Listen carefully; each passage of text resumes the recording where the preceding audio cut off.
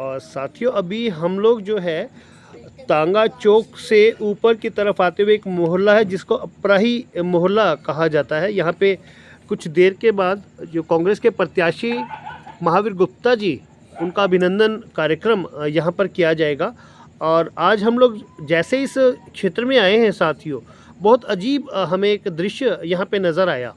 यहाँ के लोगों की समस्याओं से जब रूबरू हम लोग हुए तो हमें ऐसा लगा कि जैसे हम लोग जींद के अंदर नहीं है, जींद से बाहर कहीं आ पहुँचे हैं। तो यहाँ के लोगों से जैसे हमने बात की तो बड़ी अजीब सी समस्याएं हमारे सामने ही है और उन्हीं समस्याओं को आपके सामने रखने के लिए मैं आपको यहाँ के स्थानीय निवासियों से बात करवाना चाहता हूँ। नमस्कार सर। नमस्कार सर, ये पहले तो अपना परिचय दे दीजिए और इस मोहल्ले का नाम हमें बता दीजिए। मेरा नाम इमामुद्दीन जी। अपराही मोहल्ला। हाँ जी। नज़दीक टीवी टावर जी। किले के ऊपर। तो सर क्या क्या समस्याएं हैं, क्योंकि मैं जैसे भी आया हूँ तो यहाँ तो रास्ता भी ठीक से नहीं बना हुआ है सर हमें बहुत रास्ते के बारे में बहुत ज़्यादा समस्याएं हैं। जी सर। अगर कोई बीमार भी हो जाए जी तो हम उसको किसी सवारी में बिठा कर नहीं ले जा सकते। जी सर। और बस इतना करते हैं भाई गरीब आदमी के पास मोटरसाइकिल होता या और किसी से मांग के उस पर बिठा के नीचे तक ले जाने के लिए जी सवारी के ऊपर नहीं ले जा सकते, बल्कि पैदल ही उसको ले जाना पड़ता है। सर कितने लोगों का यहाँ पे जैसे वास है, कितने लोग रहते हैं इस क्षेत्र में? यहाँ कम से कम 700-800 मकान है जी। जी। और किसी के पास मोटरसाइकिल है, किसी के पास नहीं है। तो 4 पहियों वाला तो कोई वाहन यहाँ आ ही नहीं सकता होगा सर? 4 पहियों वाला तो वाहन आ ही नहीं सकता जी। तो शिक्षा को लेकर सरकार की क्या व्यवस्था आप लोगों के लिए सर? शिक्षा के लिए तो ये है जी, बच्चे प्राइमरी स्कूल में जाते हैं जी 5वीं तक तो, और उसके बाद में फिर सरकारी स्कूल है जी जी ये नहर से उगली साइड में, जी सर। उसमें जाते हैं जी। जी। और जिसके पास 2 पैसे देने की सुविधा होती है तो वो प्राइवेट में पढ़ा लेते हैं। तो सर स्वास्थ्य को लेकर सरकार की कोई सुविधाएं आपको दी जाती हैं क्या? जैसे कि ऐसा है जी, डॉक्टर साहब आ जाते हैं जी ये जो घर घर आके न महीने में 2 महीना में भाई गोली गाड़ियाँ रखते हैं, वो जी, खून भी टेस्ट कर लेते हैं। मतलब स्थायी रूप से स्वास्थ्य सेवाएं आप लोगों को नहीं दी जा रही है यहाँ सरकार के द्वारा?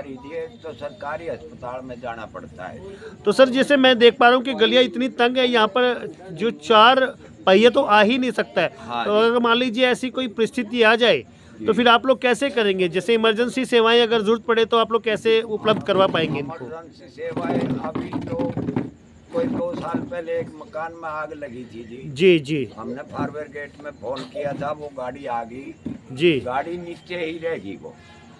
तो सर इस तरह से तो आने का भी कोई फायदा नहीं है, गाड़ी आ रही है जब समस्या समाधान ही नहीं हो रहा है। हाँ जी, वो तो बहुत ऐसी समस्या को हम लोग क्या समस्या है। करेंगे सर? रास्ते की बहुत ज़्यादा समस्या है जी, कृपा करके हमारे को रास्ता दिया जाओ, कम से कम भी 10-12-15 फुट का।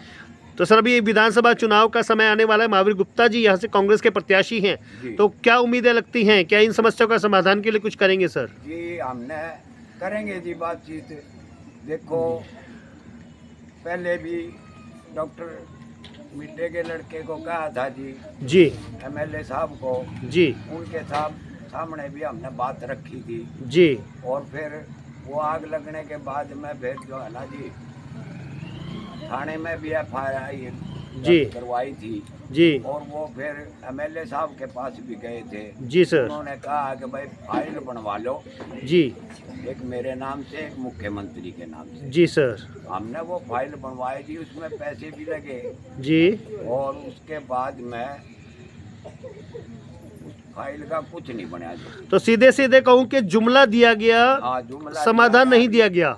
बस उन्होंने एक काम तो कराया जी। जी पता नहीं और किसी की उसमें से कोई ग्रांट आया होगा किसी चीज का जी। 10,000 रुपए तो दिए थे।